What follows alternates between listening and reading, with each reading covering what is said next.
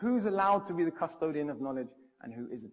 Shakespeare is someone who didn't go to Eton, who wasn't Oxbridge, is seen by some who need to see him that way, as someone who's not entitled to be the custodian of knowledge. So we have to find an explanation for his intelligence rather than just accept his intelligence as an actual fact. Personally, I get a bit irritated when I go to schools and kids are being told, you know, read kids' books. Personally, I think that's fine, and they should, yes, read kids' books, but read adults' books as well. I think it's a bit condescending to be like, well, you're a kid, so stay at this level, and trying to keep everyone in a little box. Sometimes kids are exceptionally intelligent, and even if they're not, why should they not be pushed? You know, give them the Guardian and tell them to try and read it. Why not? You know, I think that no one tells kids in Eton what they can and can't do. That I do know, because I've got friends who went to Eton. They get told from the day they enter, you are the best, you're going to run this country, you're fantastic, you can do whatever you want. And I know that. So if your kid's being told, you know, read books for 7-year-olds because they're 7, don't make them read books for 7-year-olds. Make them read what you read. And even if it's hard for them, that's what I would say. And I just think we shouldn't limit ourselves. If it's difficult, surely that's a good thing. The reaction at first is a little reticent, and then there's a challenge I do. I take quotes from rap lyrics and quotes from Shakespeare and ask people to tell the difference. And you'll see how that, I may do a test of you. You'll see how that kind of immediately makes people say, oh, okay, and stand up. And we found that once Shakespeare or any subject is delivered in a way that it's not about dumbing it down and doing it in youth speak, because, you know, that is just patronizing. It's about creating cultural avenues to education, and we found that young people have reacted fantastically well. Up until the mid-90s, it was still normal for the most commercially successful rappers to boast about how clever they were, to talk about kicking science, dropping knowledge, spreading mathematics, while simultaneously talking about what life was like in the projects of New York City. There was no contradiction between both of those elements, and again, it was about who was custodians of the knowledge, who was choosing to pick up that baton and run with it. And one of the things that was so inspirational about hip-hop was that people who were told they were not supposed to do that, without trying to be anything they weren't, without dressing any different, without speaking any differently, they decided and made a decision, we're going to become custodians of this knowledge. We're going to educate ourselves, and we're going to transmit this knowledge through the music.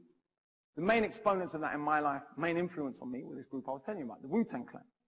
When Wu-Tang Forever came out, when I was in school, it was the first album that united people that listened to all different sorts of music. You know, up to then, hip-hop still in London really only appealed to a particular segment of the people in my school anyway. And then Wu-Tang Forever came out, and all of a sudden, kids who listened to heavy metal, kids who were into Blur and Oasis, everybody was united around this one sort of album. And what was it about it? It was this openly proud, intelligent discourse that was so undeniable that really appealed, in my opinion, and pulled everybody in. And I'm going to share with you an example of a poem, what I would call a poem, but some people would call it rap, by the lead member of this group, a gentleman known as the RZA. I spoke about earlier. He actually produced the music for the film Kill Bill as well, so some people may know him better in that capacity. But it's a poem he wrote called 12 Jewels, and this will give you just a sense, as someone, as I said, who was one of the most successful MCs of his time, how normal it was to be so boastful about one's intellect. It's a piece called 12 Jewels. You can look it up on the internet. I'm only going to share a little bit of it. But it goes like this. RZA. In the pre-existence of the mathematical biochemical equations, the manifestations of rock, plant, air, fire, and water without their basic formations, solids, liquids, and gases that cause the land masses and the space catalysts, and all matter that exists and is dense. Third dimensions must observe a physical comprehension. It takes a nerve to be struck. Wisdom is the wise pursuing to wake up, the dumb who've been sleeping. The fourth dimension is time. It goes inside the mind when the chakras energize up through the back of your spine.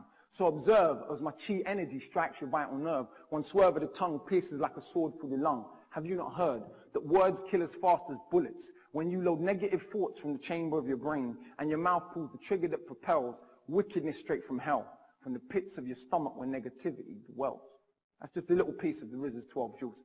The idea that authors can't be rock stars or can't be popular cultural icons anymore is rather absurd, if you ask me, and they should be treated as such. And it is, you get a sense that the authors at those events have kind of become like the celebrities. When Zadie Smith was there, people were coming up asking her for autographs, talking to her. She had to be kept backstage because otherwise people would have been bothering her before her reading. I think that's healthy. Well, at least she's got a talent. Yeah. Stay productive. Focus, reading, discussion, turn off the telly certain times. Or manage what you watch on telly.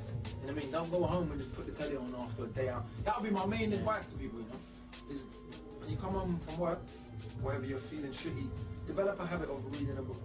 Develop a habit of having political conversations with your mates. Don't let no one tell you politics is boring. That's your life. You know, politics is going to affect you.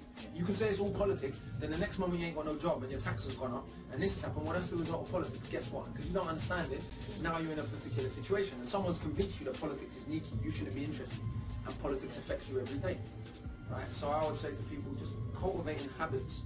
We're not going to save the world, one individual. You know, we go along and make a song, and now the world doesn't work that way. You know what I mean? Yeah. We do what we can, but if we cultivate productive habits and productive mentalities, we can play a small part in hopefully quelling some of the fuckery out there, in the words of Peter Tosh.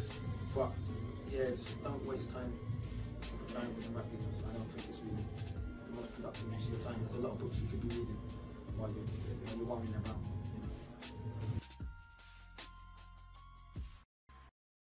I would say to the youth of today, just believe in yourself. You know, you've got a lot of people out there telling young people, particularly working class young people, that they're shit, to be frank. And I don't really understand a society that wants to talk to its young people that way and demonize its young people in that way. It's a very unwell society, in my opinion. And so I would say to young people, all you've got is each other, you know, because a lot of the older generation are too scared of you to even bother to want to talk to you. And I'm sort of in between. I'm not old and I'm not young. I'm not teenage young, but I'm still a young person, you know. And I would say take care of each other, man. Inspire one another and realise that if you don't look out for one another, no one else is clearly going to do that. Some of the older people are going to help you, but for the most part there's always that generational gap, especially in a society driven by materialism and driven by many of the other things we have here. What is the purpose of education today? What are we teaching young people? What are we training the next generation to do and for? Are we training each individual human being in a society where increasingly the success or failure of a society is going to be dependent on the minds, the ideas of the people within that society? Are we training people to aspire to be the best they can be, to reach their full potential, wherever they're born in that society? Or we're still working in the old stratified ways of thinking, that people have stations and places they need to be, or we're encouraging people to think as big as possible? Because maybe I don't know who in Shakespeare's life encouraged him to become a custodian of the knowledge, but if he was not able to do that, we'd be missing this section of work.